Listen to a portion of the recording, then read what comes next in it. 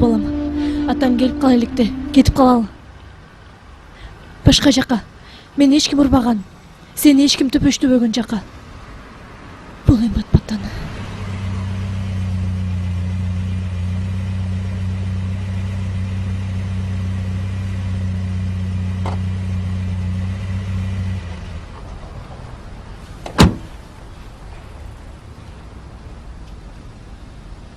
Сен қаяққа?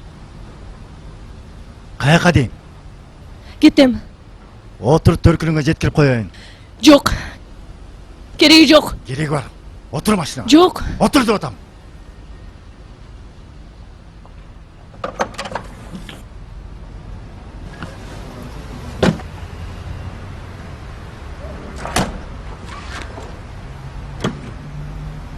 Отыр.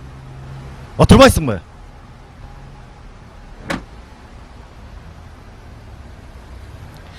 Жоқ, қой бер. Қой бер дейм. Қой бер. Отырбайым. Қой бер. Отыр. Отырбайым дейм.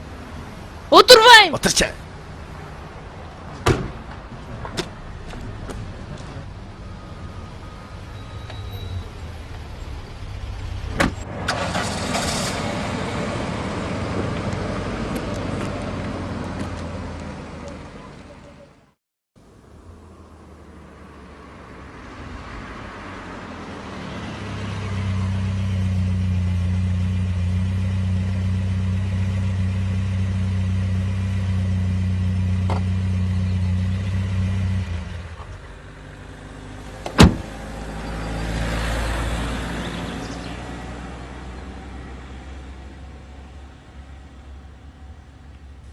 Түш. Эмнеге? Сүйлөшөбүз. Эмнени? Кыз кимибизде калат, үй мүлктү кантип бөлүшөбүз? Ошону сүйлөшөбүз. Кыз мен менен кетет. Ай үмүтүм мага кереги жок. Айпердин көзүнчө сүйлөшпөйбүз. Өзүбүзчө сүйлөшөбүз. Түшпөйсүңбү? Сен отуруп тур, мен атаң менен сүйлөшүп келейин, макулбу? Баспайсыңбы? Жүр. Каяка? Шу көчөдө туруп кыжылдашабызбы? Тигинерээк барып сүйлөшөлү. Баспайсыңбы?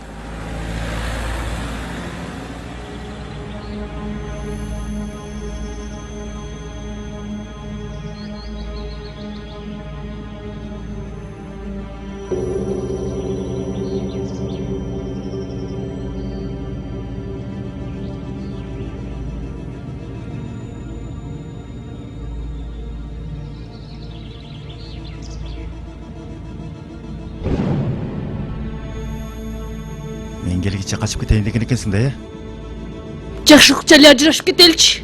Мен кечирейин. Мен кетип калайын. Сен жолуңду бошотойн. Өзүңө жаккан аялың менен жашап бактылуу бол. Кетесиңби? Ушунча жыл чыдадым сен токмогуңа. Алага ачып алган өзүңсүң. Анын аз келгенсип мени кайра кор кылдың. Ушул кезге чейин көзүмөн көк кеткен жок. Ешек, менден тірі құтылбайсың дедім бе? Эчкимге Айттым мен арсаңа саған. жан жок.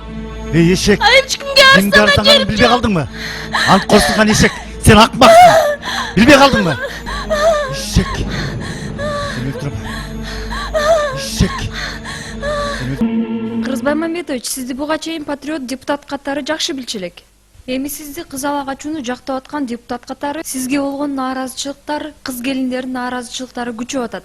Эмне себептен кыз ала качууну колдоп жатасыз? Ким жактап атат? Сиз? Мен айтып атам. Эгерде кыз ала качууга жазаны ордото турган болсок, анда мына бул Кыргызстандагы ар бир үчүнчү эркек камалууга тийиш. Ушул туурабы? Биздин депутаттык корпуста көпчүлүгү кыз ала качуу эле мына жакшынакай жашап атышат. Эми ошону да соттойлубу? Ушул туурабы? Эми ар ким кылмышына жараша жазасын алыш керек да. Бул деген кыз ала качуу Кыргыздын өзүнүн салты. Ага эмне эле жабышып калдыңар? Эми кыргыздын салты мыйзамдарга каршы келбеш керек да. Ой, күйгүн, ой. Ой, таза кызык немесиңер го силер. Ой, салт менен жашабаганда анан эмне менен жашайбыз?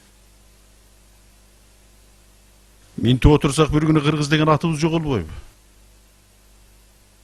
Анан эмне болот?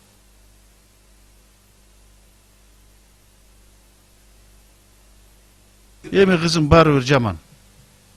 Кыргыз деген кыргыз боюнча калыш керек. Кыргызбай Мамедович, сиздин айткандарыңыз демагогия жыттанып аткан жокпу? Мен кыргыздын салтын сактап атам. Силер кандай ойлосоңор ошондой ойлогула. Ушу. Урматтуу телекөрүүчүлөр, сиздер Жогорку Кеңештин депутаты Кыргызбай Мамбетовдун кыз ала качуу туурасында пикирин уктуңуздар. Эртең бул мыйзам Жогорку Кеңештин жыйынында талкууга алынат. Мыйзам өтөбү өтпөйбү, албетте бул чоң суроо жаратат. Эгер мыйзам өтүп калса, коомчулук буга кандай көз карашта болот? Алия Райымбекова, Ихлас кабар агенттиги үчүн.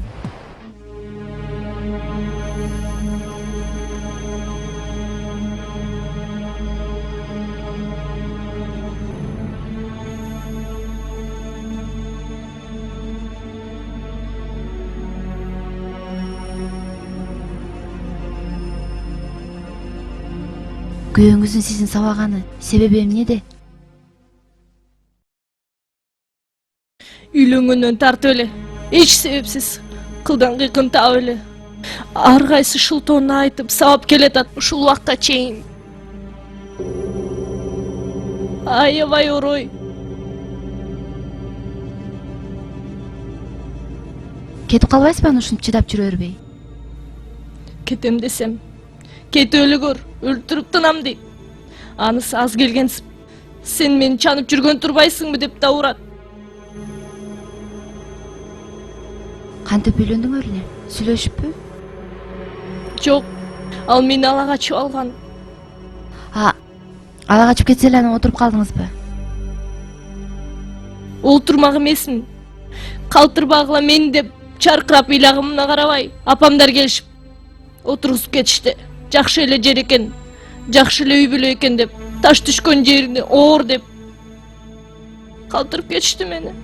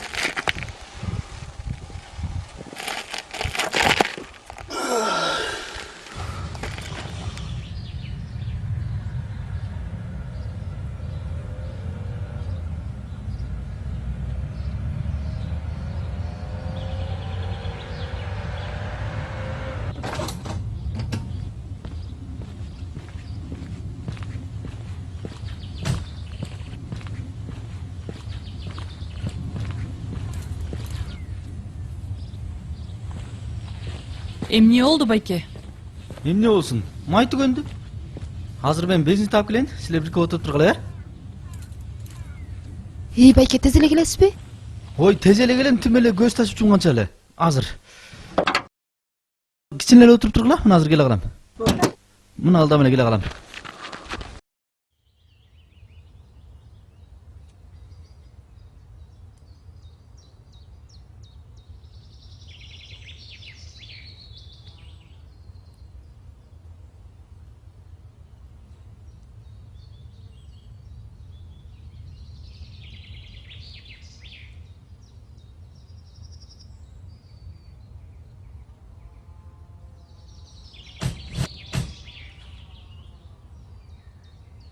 галстук түстө койчу.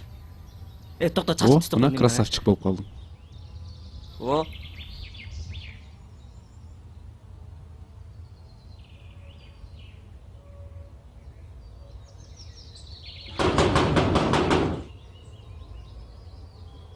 Какенай! Кыздарың ушуда жасанып. Какенай! О, да. Какен! Чыкса экен. Ошону айтсам.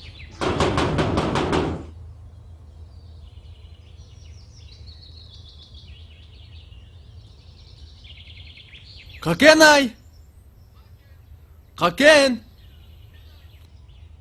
Бекко? Эч ким жок. Какенай! Анық беле аныңдын күтүп турары. Анық болгон үчүн келдик да. Чалчы телефон. Эмне чалбай атат деп атасың? Жанатан бери эле чалып атпаймынбы? Чал да, кайра чал да. Дагы чал.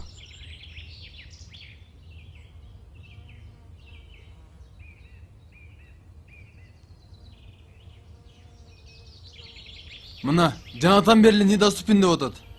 Анын келеси болуп калган окшойт, турмушка чыгайын деген ою бар беле аныңдын? Ою болгон үчүн келдик да. Ай балдар, эмне кылып атасыңар? Саламатсызбы эже? Саламатсызбы? Саламат. Үйдөгүлөр кайда кеткенин билбейсизби? Шаарга. Шаарга эмнеге кетти эле? Эмнеге кетмегиле? Эрге тие турганбыз, жазанып түзөнгөнө кеткен. Үйүндөгүлөр кайда? Эжеси алып кетиптир шаарга. Эжеси менен дейсизби? Ооба. Апасычы? Эмне, апасын аласың? Жок. Эми куда сөөк келип калса деп кетти даярданып. Балдар, анда күтөлү. Какенайың президенттин кызы болуп кеткен ого, Шаарга барып жасанып түзөнүп. Эми турмушка чыккан аттан кыз жасанып түзөнөт да. Жок дегенде бир ооз эскертип койбойбу? Бизди убара кылбай. Кече эле кеткен турбай аны. Эми кыздар деген ушундай болуп калышат эмес беле эле, баарлан. Бас кеттик.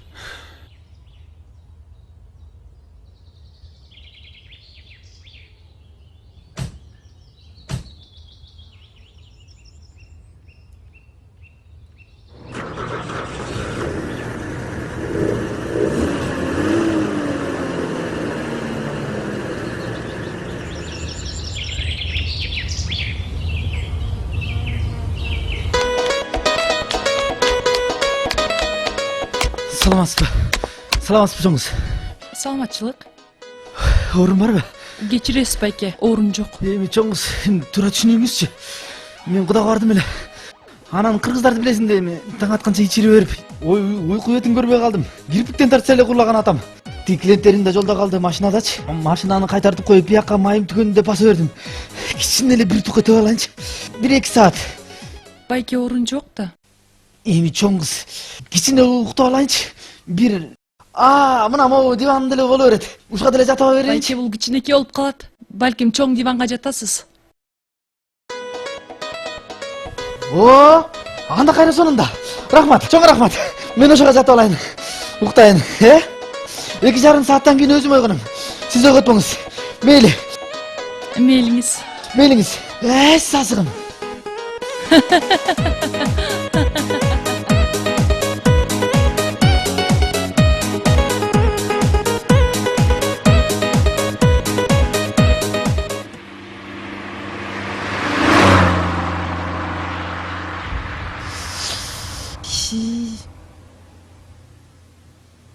Заправкасы жакын жерде беле?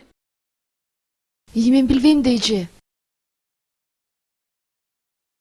Батарейкам отуруп калды, же звонок келбейт, же звонок кетпейт. Меники менен чалбайсыңбы? Номерин жатка билбейм да мен эми. Контакт телефонда болчу да. Жигитиңдин номерин жатта албайсыңбы? Эми мен каяктан билдим? Жүдөгөн. Машинесине май куюп албайт беле? Ije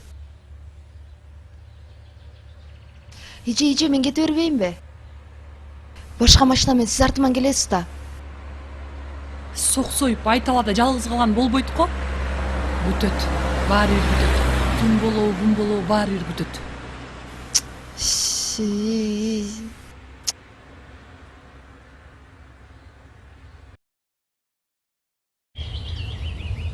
Кеч кирип баратат. Чалчы дагы.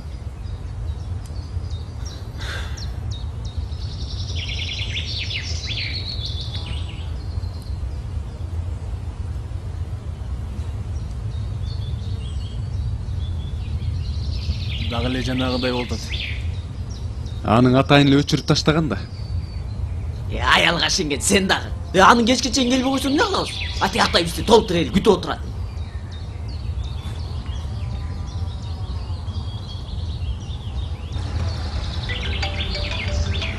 Какен ай чалып атат. Мамам экен. Алло. Алло. Угуп атам. Ай, келатасыңарбы балам? Эмне мынча кечиктиңер? Үйүндө жок экен. Бир жака кетиптирби? Ай, балам, болгула ушунча кишини күттүрүп коюп. Ай, сага айтты беле бир жака кетерин. Жок. Ай, сен ал кыз менен убадалаштың беле? Же могу эл журтка бизди шерменде кыласыңбы? Убадалашкам. Берчи бери. Эрмек, сен эмне кылып атасың я? Могул жакта молду. Бир кора кишини күттүрүп коюп, я? Акырын, акырын. Айнанай кеч кирип кетип баратат. Күтүп атат. Жокпу? Колго тигенди алып келе. Кой. Алып келе. Айтчы. Алло, балам. Ай, эрте күндү кеч кылбай болт тез. Тезирээк. Макул.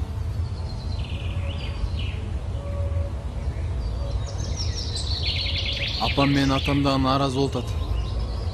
Болот да. Болбой койчу эле. Тиякта ушунча кишинин баарын күттүрүп коюп. Анын эмне эле мынча баадыланат, я? Какен айын ордуна азыр башка бирөөнү ала качабыз. Анан калат Какен айын көзүн жалдыратып. Давайчы эле ошентебиз. Ошондой кылабыз.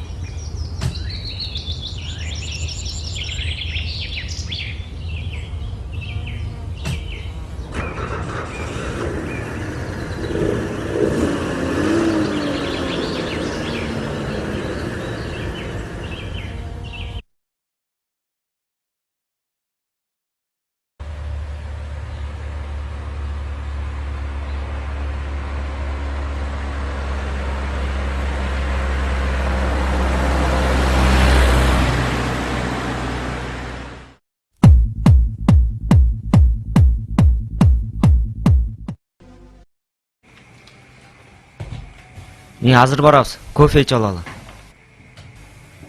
Азат. Бизди күтүп атыптырбы? Ооба. Эмне ичесиң? Кофе эле ичем.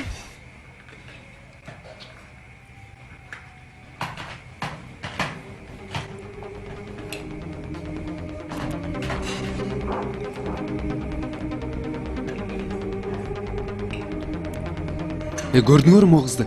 Аябай красавица экен. Көрдүк. Давай ушуну эле ала качабыз. Койгулачы. Эмне? Коркуп атасыңбы? Корккон жокмун. Эмне качып атасың? Жанындагы жигит болсочу? Жигит болсо эмне экен? Жигит болсо эмне экен? Бирдеме десе жыга чабабыз. Күйөөсү болсочу? Күйөөсү болсо эмне экен? Тартып алабыз. Кеттик, ушуну эле ала качабыз. Давай.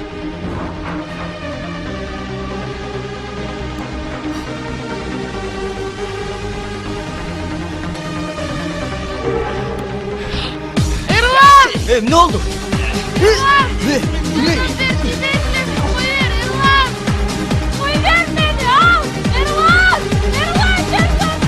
Каякта жакта жүрөт болду экен эми.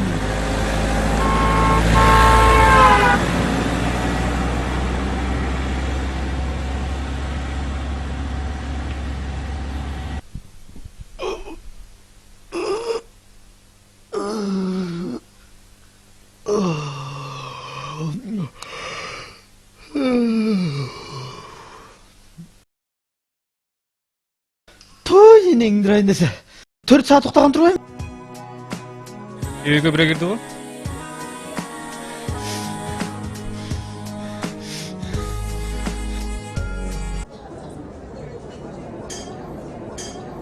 Tez gelgile, gütüp atабыз. Эмне болушуптур? Ала качып келатыптыр, тааныбаган эле бирөөнү. Ала качыппы? Ооба.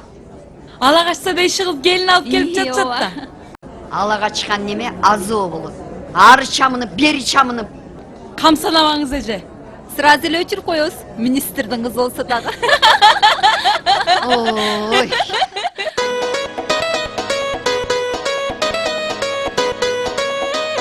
Келе атат бүгүн эле. Тынчый.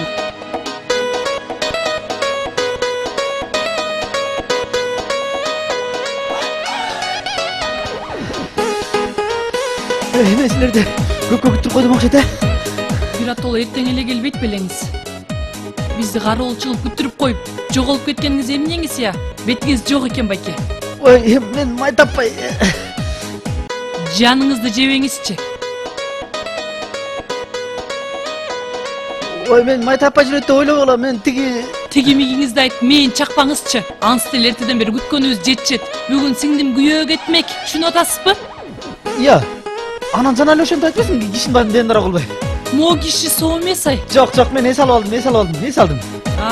Эртеден бери уктап аткан экенсиз да, коңулда. Коңулда эмес.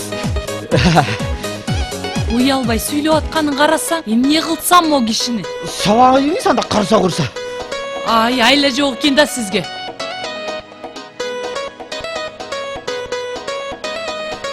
Кеттик же болдуңузчу. Ой, бат эле жетебиз, Кудай буйруса. Эмне болот эже? Эмне болмок эле? Мо таксист сага эр таап берет.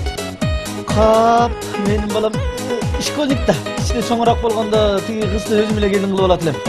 Дагы уялбай биз менен тамашалашып коет. Эмне дедиңиз? Атаңыздын чокусу дедим. Опе, аял киши да ушинтип сүйлөйбү эркек кишиге. Анан эмне рахмат деп бетиңизден өбөйүнбү? Антпесе деле. Сүйлөңүзчү.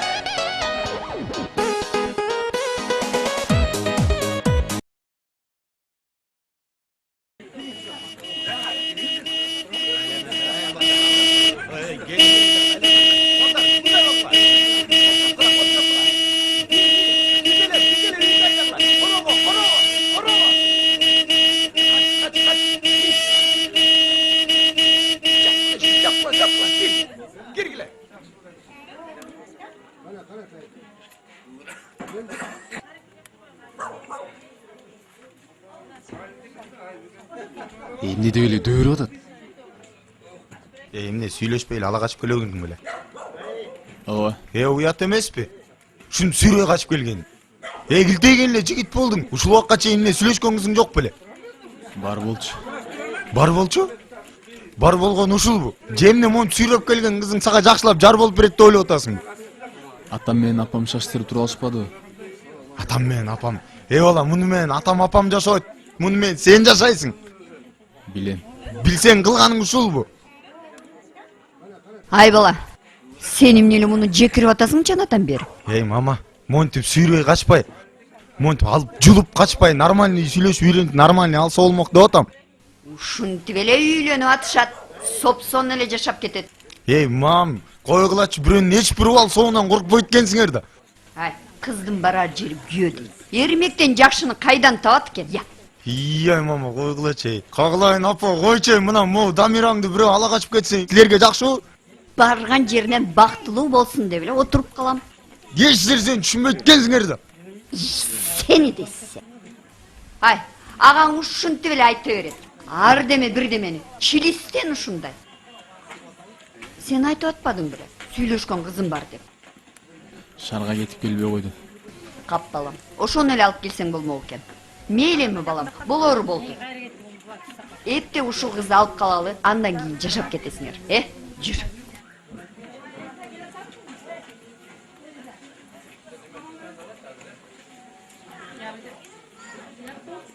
Koy vergili, koy vergili.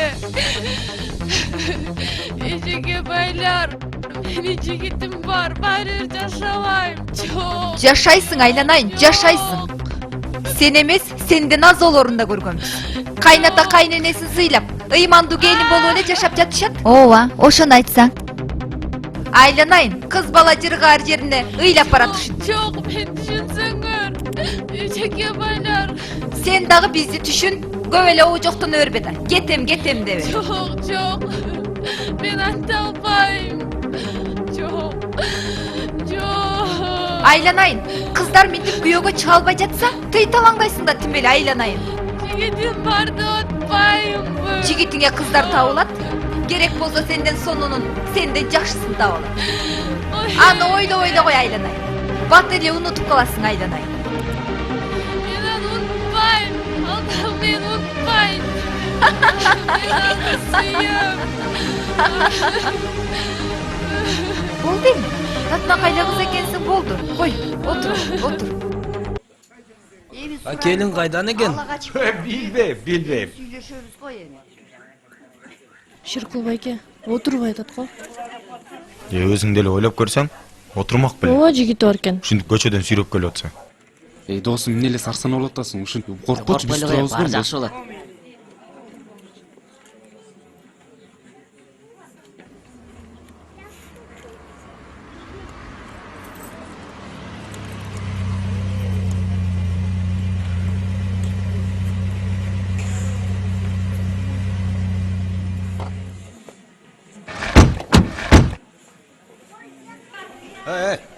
Kogum geldi. Жүр бас. Кулдугуз Ha, бар. kuldunuz var. Kuldunuz var. Kovgun geldi. Когун келди. Alır beni alıp getişin. Асты үстүнө түшүп, ачуу басарын берип, аларды узатып сени алып калабыз. Alır açı pazarına alışmayın. Alır beni alıp getişin. Сен кыргызсыңбы же башкасыңбы? Кыргыздын кыздарынын баары эле ушинтип турмушка чыккан. Эмне эле болуп атасың? Өзүңчө эле. Ben mintip çıkkım gelmeyin. Ben öz şigitime çıkkım gelin. Ай, жигитиң эмне? Эрмектен кыйынбы? Же президенттин баласы болуп кетиптирби? Ошону айтсаң. Yok. Болду, отурчу. Kuldunuz var. Кулдугуз бар. Силердин кудаңар эмеспиз. Kuldunuz var. Не дейт? Кулдугуз бар. Ай, Кана менин кызым. Кана да мен сага. Кана да мен сага. Ey. Topla. Ne olacak sen?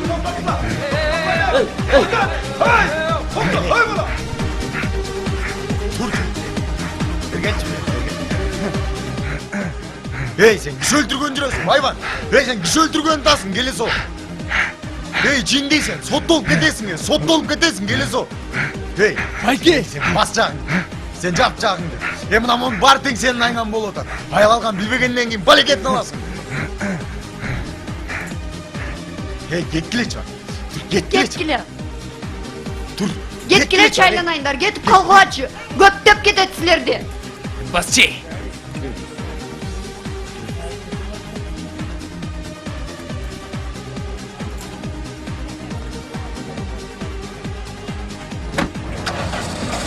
Bir de kıyrak geçirmiş. Cigit setmiyor.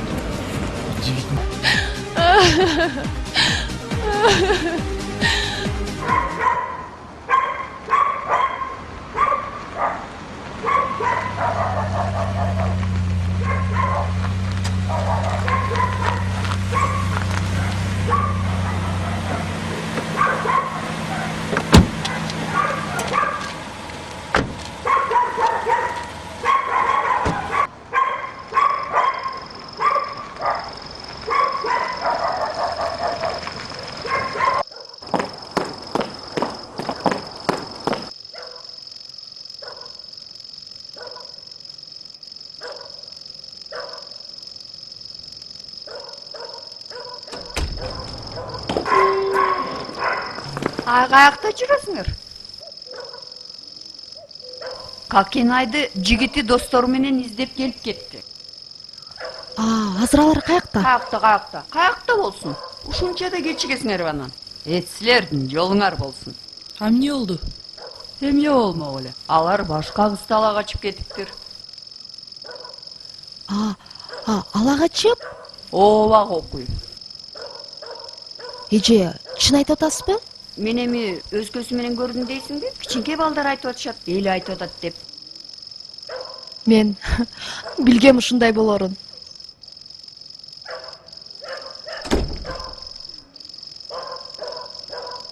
Ушунун баары жанагы солчу таксистин айынан да.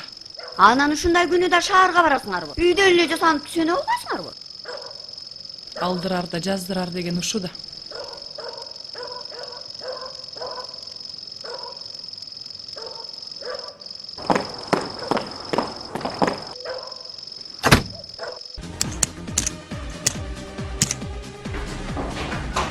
Assalamualaikum. Biz kimge karşı gelipsiz? Эмне маселе менен? Kız ala kaçıp geçti. Кыз ала качып дейсиңби? Ооба. Сенин кызыңдыбы? Жок, мунун кызы. Эмне кичинекей кызга покушение болду? Жок. Мунун сүйлөшкөн кыз. Анан ошентип так айтпайсыңбы? Эмне ал кыздын туугандарысыңарбы? Жок, эмне болду?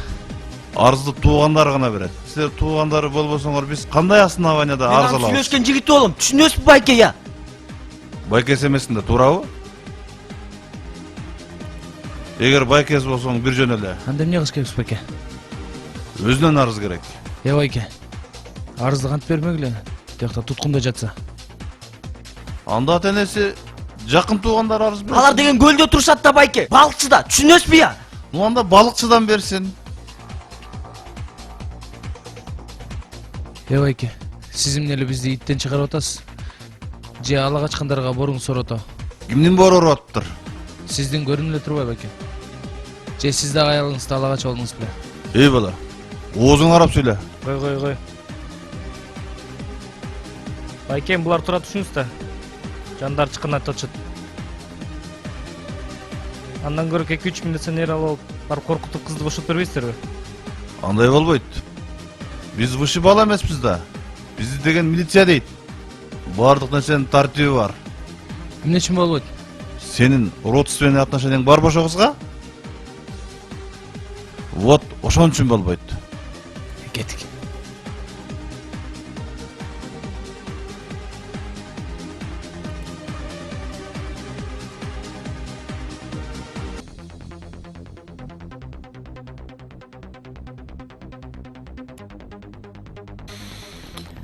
Жоо мага. Мен сени вообще тааныбайм. Жоо мага. Мен сен менин өмүрүмдө бир да жолу сүйлөшкөн эмесмин, ошону түшүнөсүңбү? Баары бир эч нерсе кыла албайсың. Эч жака кача албайсың. Сен мени зордой албайсың. Эгер өз ыктыярың менен көнбөсөң, терезени карачы. Мен сени түшүнсүн. Сага жаман болуп калбасын деп айтып жатам.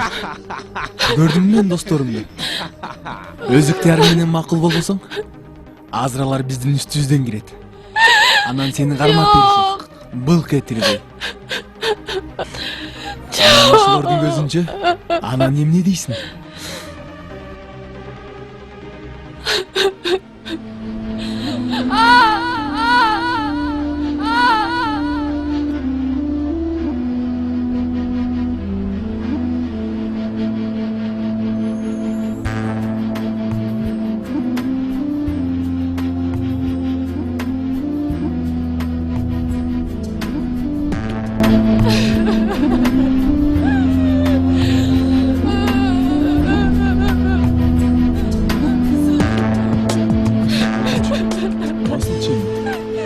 Жакшы эле жашап кетебиз, көрөсүң. Жашай албайбыз. Үмүттөн беле кой. Мени сүйгөнүм башка. Антпечи, антып айтпачы.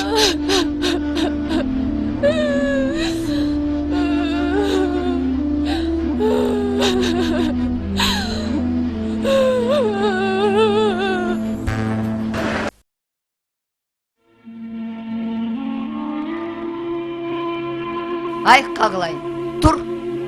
Түш болду. Кудай ырбадыбы? Унчукпай койгон сайын эле соолуйсуң да. Жетишет да эми. Эрте туруп, үй окатын кылып, кайнене кайнатага чай берүү деген болобу сенде? Бардык нерсенин чеги болот. Мен силерге бүлөө боло албайм. Аны өзүңөр жакшы билесиңер. Мен мынтип жашай албайм, жашабайм дагы. Мен ордуна өзүңүздү коюп көрүңүзчү. Окуй.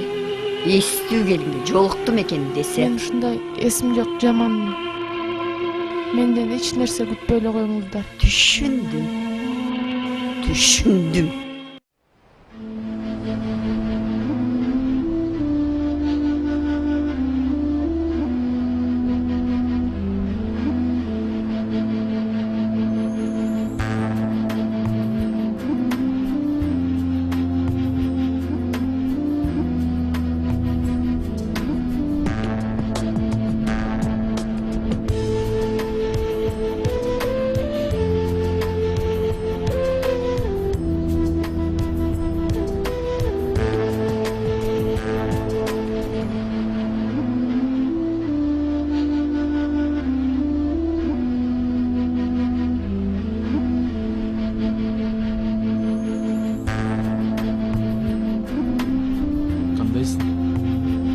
Акмак. Какенай токтосоң мен түшүндүрүп берем. Токтосоң.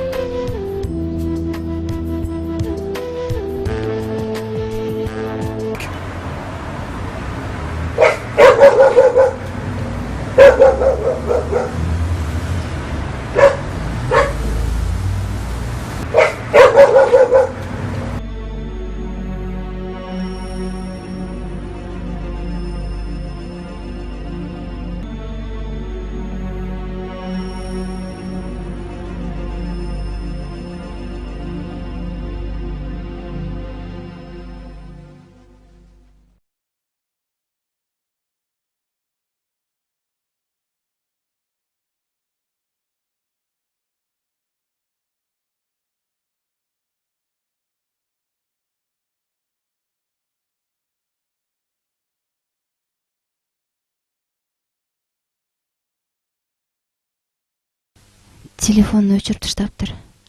Ушунча убактан бери телефон өчүк болушу мүмкүн эмес да. Же номерди алмаштырып таштадыбы? Ушундай болушу да мүмкүн. Түшүнүксүз.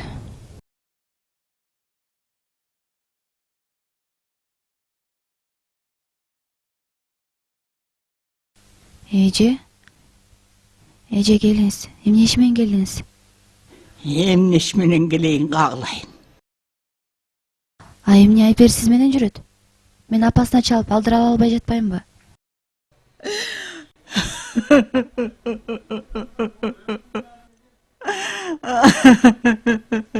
Эмне болду, эже? Эмне болмок эле каралдым, кара көзүм башайды. Эже, күйөөсү? Ооба, 5 күн болду.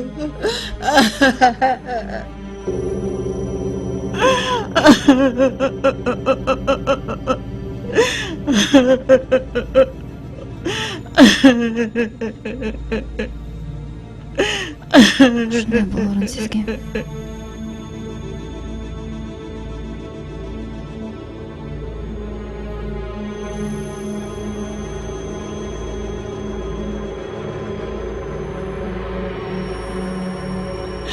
Hakikatçığa gelgem. Kızımdı göz körüne öldürüp atsa emgice kamamayt. Canağı iyi kamağı deyimi. Hoşuna çıkarıp koyuptuk. Uşul kaltıp bolsun kağılayın. Hakikatçığa gelgem. Oğulcan degen kızga varsan oşol bağırın teriştirip prokuraturaga kat dayanayt dedi.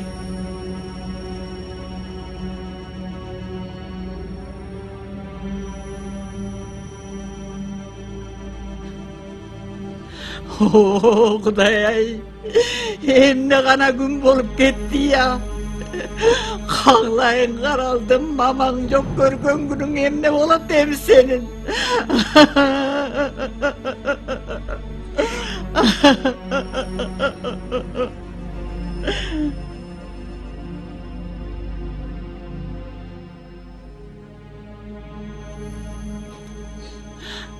Акыркы убакта кызыңыз бизге келип турчу.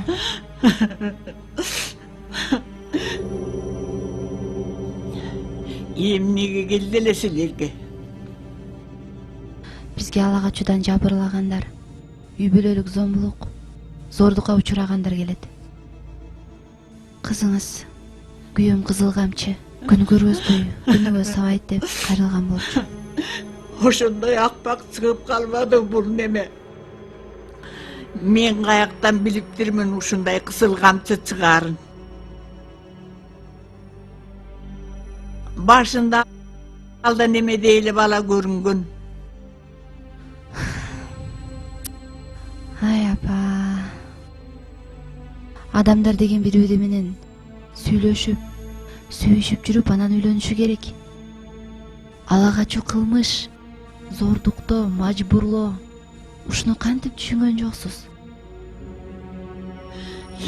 Балам, кыргыздын кыздарын баары эле ушинтип турмуш куруп атышпайбы? Апа, туура эмес да бул. Көрдүңүзбү аягы эмне менен бүттү? Кызыңызды ала качып кетти эле. Анын баары Кудайдын буйругу. Кызымдын маңдайына Кудай ушинтип жазып койгон тура. Ай апа, түшүнбөйсүңөр да түшүнбөйсүңөр.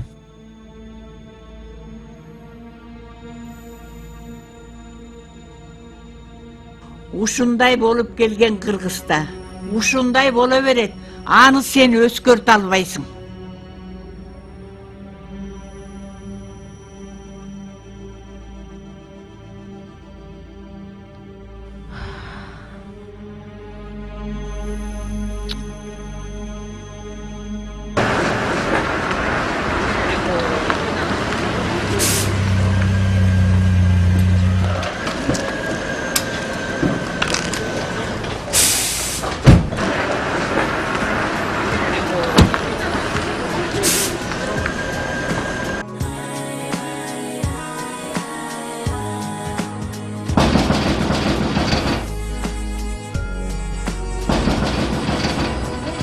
Эже, мен Эрланмын. Ооба. Саламатсызбы? Саламатсызбы. Саламатчылык. Эмне болду? Тынччылык бетеги? Канеке гана? Эже, ала качып кетишти. Угар элекпизби? Ала качып? Кимдир? Тааныбаган эле бирөөлөр. Айылдык эле балдар. Ахмактар, ушугантып болсун. Биздин ушубуз качан калат деги я? Эже, эмнеси болсо дагы мен Каныкеге үйлөнөм. Эч нерсесине карабайм. Ооба, силер бири-бириңерди сүйөсүңөр да. Барып туруп суруп келейин кызыңды. Эже, биз сизди алып барып келебиз. Анда мен даярданып чыга калайын. Кеттик.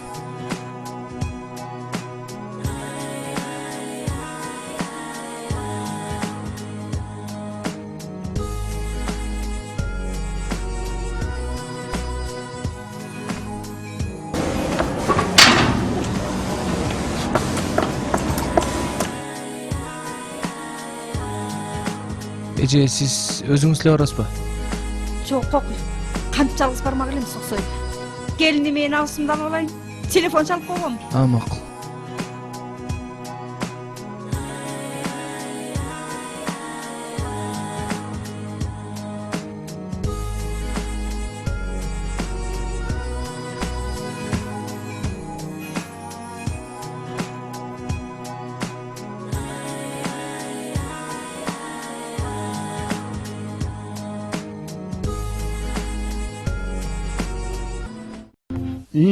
Siz ombudsmenden geldingizби? Түшүнүктүү. Дагы эмне керек силерге? Агай, Кыргызстан качан позордон кутулат? Кайсы позор? А сиз эмнени айтып атасыз, карындаш? Кыз ала качууну айтып атам. А силер эмне? Законду кабыл алдырып атыңарбы? Дагы эмне керек?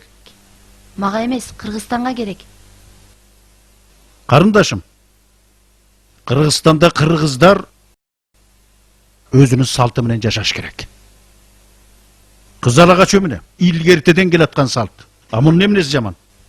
Агай, биринчиден ал кыргыздын салты эмес. Тарыхты жакшылап караңыз.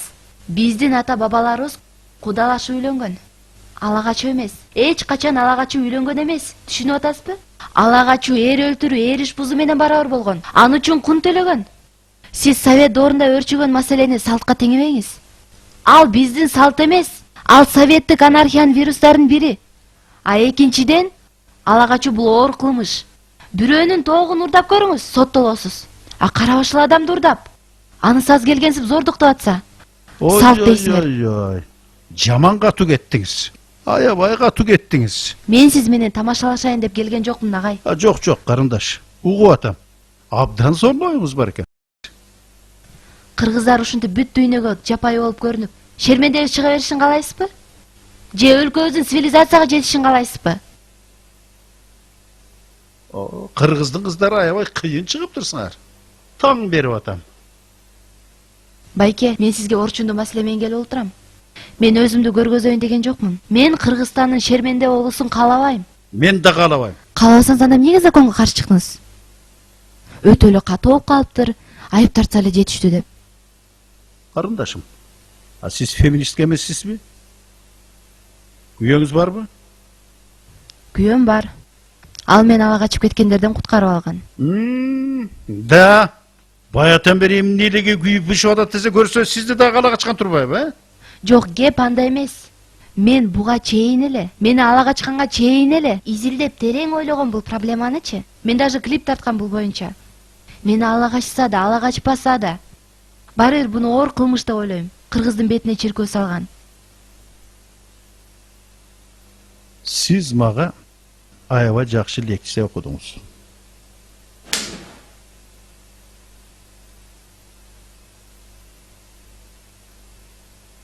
Агай, мен сизге лекция айтканы келген жокмун бул жака. Болгону көзгө көрүнүп турган кылмышты жактап жатканыңыздар үчүн жаным күйүп, ошол ала качылган кыздар үчүн боорум ооруп келдим. Сизди түшүнөбү, түшүнбөйбү, түшүндүрө аламбы деп. Кечирип коюңуз бетиңизге айтканым үчүн. А сиздин азыркы мамилеңизди, кайдыгерлигиңизди көрүп, слуги народа ушундай болсо анда Кыргызстан чыргабай калыптыр деп түңүлүп отурам.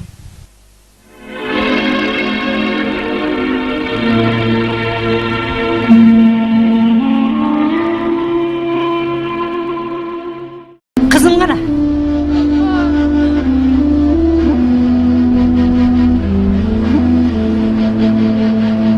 Ай, келип калышыптыр ай. Болайм батыраак кирели. Ай, канчабы келиптир, канчасы келиптир. Кокой кечикке турбайм.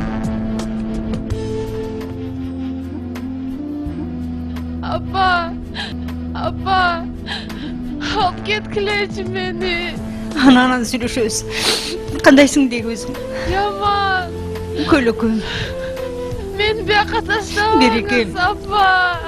Кудагый, сиз тээ бөлмөгө барсаңыз, атам менен апам күтүп жатышат. Сиз менен сүйлөшөбүз дейт го. Алар менен сүйлөшпөй, апа. Сүйлөшпөй алар. Макул балам, макул. Мен алып кет. Алып кетем деп айтыңыз, апа. Болтур балам, болтур. Таштабаңыз. Макул. Мен баары бул менен бактылуу боло албайм. Булар матапта кырчоочун адамдар, апа. Көлөкөм. Берекет салышты. Мен сүрөп барып машинага салышты. Мынча келгенден кийин бир ооз сүйлөшөйүн. Эмне деп айтышар экен, угайын. Эмне демей келе.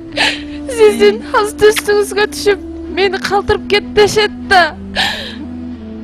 А сиз мени кантип калтырасыз ошолорго, апа? Сен бактылуу болгонуң артык мага, балам. Чын эле айтып атасызбы? Чын. Кантип мен өз кызыма жамандык каалайын, балам.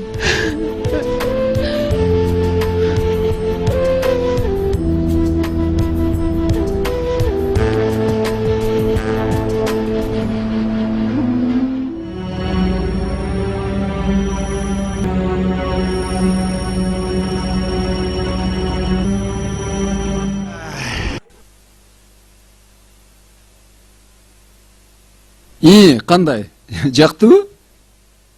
Кечиресиз байке, бирок жаккан жок. Эмне үчүн? Сиз кыргыздын салты деп кыз алагачын романтизациялап жазыпсыз. Анын эмнеси жаман? Мисалы, мен деле ошентип элеңем, прекрасно эле жашап атам. Между прочим, кыз алагачы кыргыздын бренди. Бренд эмес, бред какой-то. Мен өз башыман өткөргөм. Кыз алагачы кылмыш. Адам укугуна да туура келбейт, биздин законго да туура келбейт. Талашалыбы? Талашкандан эмне пайда? Анткени баары бир сиз мени оюмдан кайтара албайсыз. Мисалы, бакыт деген эмне? Мисалы, сүйлөшүп жүрүп, бактыруу болобуз деп үйлөнүшөт, туурабы? Анан ажырашып кетишет. Ушулбу бакыт? А вот. Сүйлөшпөй эле, алагачы болуп, бактылуу эле жашап атышат. Кечиресиз, а сиз зордуктоого кандай карайсыз? Ну как кандай? Жаман карайм. Кайсы нормальный адам жакшы карасын? Странно. Аял зордуктоо кылмыштын киши өлтүрүүдөн кийин эң оору, туурабы? Туура. Алагачып туруп, күчкө салып төшөккө жатуу менен зордуктагандан эмне айырмасы бар? Тигинде да мында дагы кыздын ыктыярына каршы зордукталып атпайбы? Кыз зордукталып атпайбы? Туурабы? Ну, допустим, туура. Кыз алагачы бул зордуктоону закондоштуруу, кылмышты реабилитациялоо. Да, концепцияңар кызык экен силердин. Бул эч кандай концепция эмес, көзгө көрүнүп турган кылмыш. А салтты кайда алып барабыз? Кыз алагачы салт эмес, эч кандай салт да болгон эмес. Мен бул жөнүндө изилдегем, клип тарткам. Эгер болбой эле салт дегиңиз келип атса, мен сизге бир суроо берейин. Угуп атам. Александр Сергеевич Пушкиндин эрте өлгөнүнө ичиңиз күйөбү? Ну, күйөт, конечно. А вот чын ниетиңизден айтыңызчы. Пушкиндин өлүмүнө себепкер болгон дуэлге кандай карайсыз? Это же варварство. Это же узаконенное убийство. Вот кандай карайм. Көрдүңүзбү, возмущаться этасыз. Между прочим, Пушкин дагы варвардык салттын курмандыгы болгон, туурабы? А кыз алагачы варварство эмеспи? Анан? Анан ошол байке. Мен мындай фильмди тартышыңызды туура көрбөйм. Мен мындай фильмди пропагандалап, мындай фильмдин соучастницасы болгум келбейт. Значит, тартылбайм дечи. Ой, кечирип коюңуз байке. Мен тартыла албайм. Ну, болуп тур. Сенден башка жыл истөгөнүм калыптырбы? Табабыз. Тартабыз. Еще как тартабыз.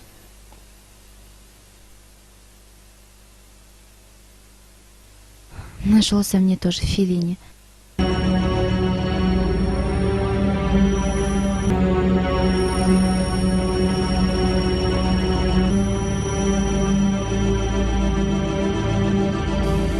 Тина. Что-то жаман болуп атам.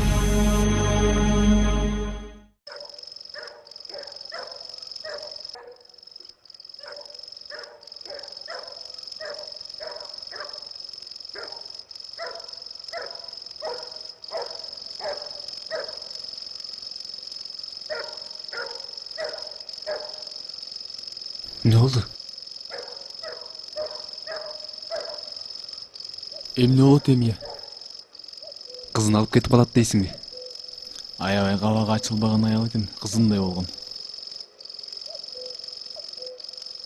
Бир аз чыдай туралы, көрөбүз анан. Эгерде алып кетип калса, какен тайып турат, ошого үйлөнүп аласың.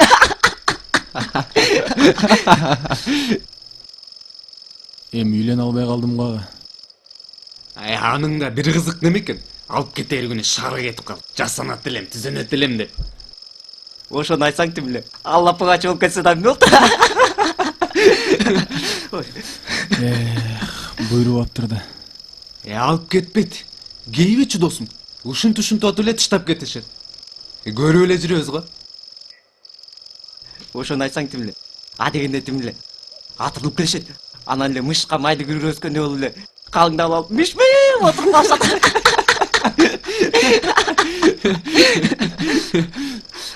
кокус алып кетип калсачы? Мелдешесиңби? Алып кетпейт. Мелдешесиңби? Давай, мелдешкиле. Мен бөлүп коеюн. Оппа!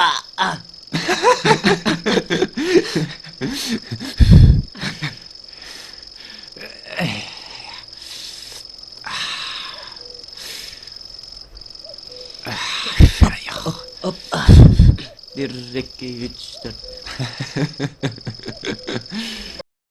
Азыр алып чыгышса эле сразу биздикине кеттик. Кокус алып чыга албайбыздарчы? Кандайча алып чыга албайт? Көрдүңбү Орынгүлөчү эмне деген? Аябай жинденип келген. Айланайын кудагы, мына кулдугуз бар. Кулдугуз бар деп атпаймынбы? Ачы базарга баралы деп атканбыз. Мына Канике кызылдар эңерди айтпайт. Эмне кыларды билбей, айлабыз таппай турсак мына өзүңөр келип Ооба, жакшы болду. Балаңардын ушул кылганы жакшыбы? Таламанын так түшүндө жигитин сабап туруп, өзүн сүйрөп кетти. Жаш балдар кызылган да. Жаштыкка салып коюптур. Айып бизде кудагы. Бир ачууңузду бизге бериңиз. Кудагы. Ошентсеңиз кудагый, бир ачууңузду бериңиз эми бизге. Кыздын барар жери күйөө да, барган жеринен бак айтканы жакшы болот кудагый. Ушул кантип болсун? Жем урун кийин бири таанабасы. Көчөдөн караганда салып кеткен эмнеси? Ай көлөкөм, сен менден улуусуңбу, кичүүсүңбү? Ушинтип эле айта берейинчи. Баарыбыз эле жаш болгонбуз. Жаштык деген мастык, жаш кезде эмне деген катачылыктар кетпейт кудагый. Алтыным. Ай. Баарын эле жаштыкка шылтай берген кантип жакшы болсун? Анда эле өлтүрүп, эриш бузуп коюп деле жаштык десек туура болобу? Болбойт ушундай. Кызыбыздын тагдырына балта чаап.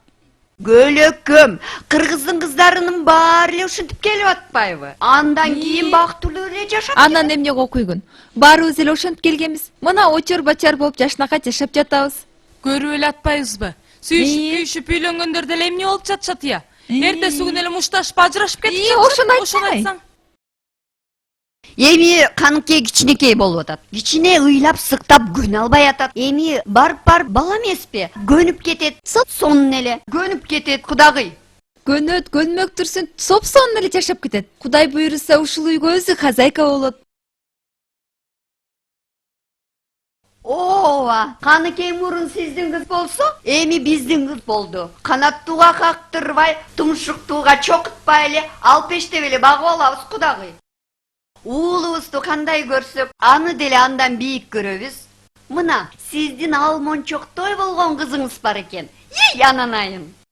Биздин жаман балабыз ушундай кызга жолугуп атканына атасы көз жетин албай турабыз кудагый.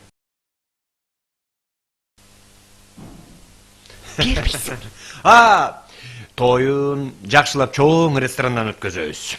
Бардыгын өзүбүз көтөрөбүз. Силерден эч бир кичинекей оорчулук келтирбейбиз. Ооба кудагый. Эми Кудайым буйруса, Кудай кошкон Кудай болдук. Мынабы $2000. Бул ачуу базардыгына гана. Кыздын калыгын жакшылап өзүбүз беребиз. Эми мына азыр Кудай. Ооба. Кана. Келиңиз кудагый. Бактылуу болсун деп балдар. Келиңиз кудагый. Ордуңардан туруп койгула. Үстүңөрдү кичине жаңыртып. Мына. Келиңиз. Колгулачы кудагый. Ушинтип кыйнайсыңар адамды. Мен неудобное положение коюп атпайсыңарбы? Собсон эле положение кудагый. Бул сиздин сүт акыңыз, сиздин алар жолуңуз бар. Биз бул сүт акыны бербесек болбойбу? Баккан, тапкан кудагый. Азап тозогунун баарын көтөргөн сиз кудагый. Собсон эле болот.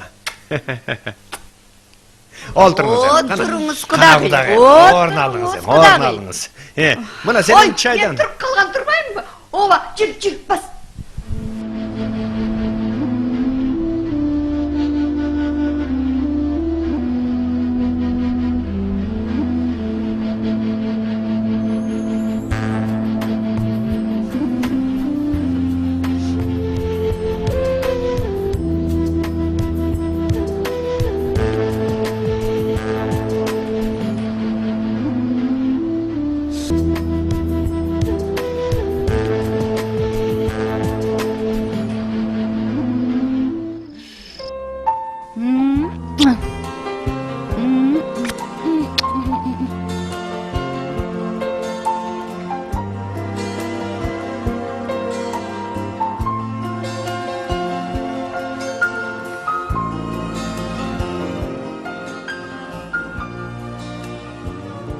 Алло, Баратасыңарбы? жок жеттик. Жакшылап түшүндүрүп атасыңарбы апасына? О, бирок өзү деле ушундай настройдо. Кирип кетишти үйгө алып чыккан. А силер эмне кылып атасыңар? Күтүп атабыз. Өзүңчү? Биз айледе экөөбүз отурабыз. Макул. Улжан чалып атат. Переживает.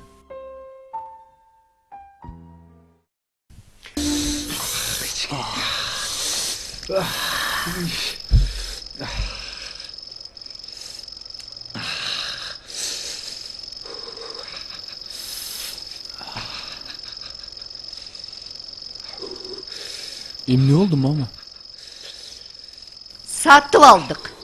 Кызын $2000. Акчанын күчү деген ушу балам. Мына $2000 сатып алдык кызын. Акчаны көргөндө энесинин көзү тамылжып өлүп кала жаздады. Мен акчаны сумкасына салып чыкты. Чын эле, мама? Чын эле балам. Ай, эмалардын оозу мурдунан чыккычакты сыйлашыбыз керек. Утулдумбу? Ооба. Ай, эмнени айтып жатасыңар? Өзүнчө эле Ашапа, биз мындай эле. Не? Могу акчаны алгыныңдагы дүкөнгө барып 2 бөтөлкө высший, 5-6 бөтөлкө простой арак алып келип калгыла. Баарына эле высший же баарына простой алсак болбойбу? Ай, дегенде высшийин беребиз. Андан кийин простойун беребиз. Иче беришет, өлүп кетишсин. Карап отурмак беле алардын маркасын. Чурка. Жүр, бас кеттик, бол.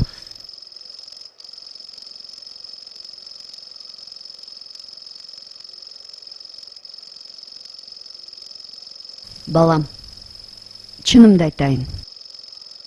Мага алып келген колуктуң түк жаккан жок.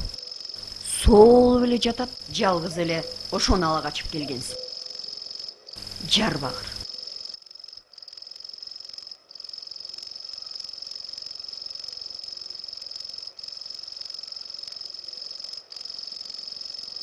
Жанагы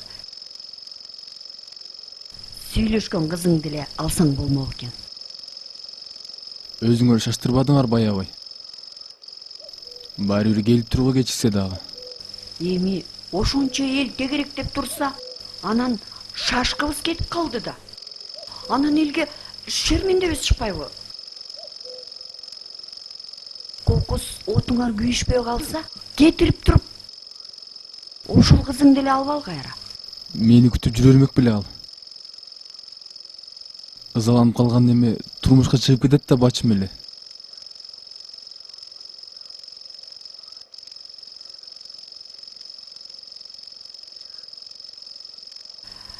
Балам, эми бактыңдан көрөсүң да.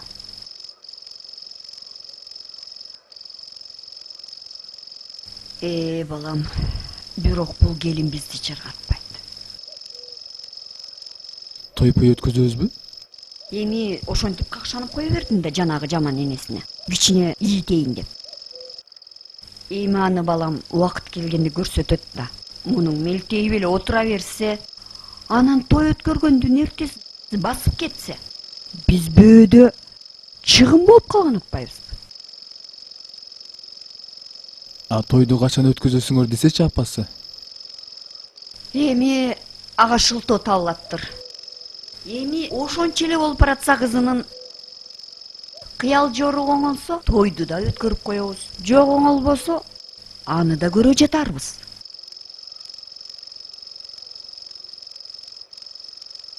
Иши кылып, алтын башың аман болсунчу.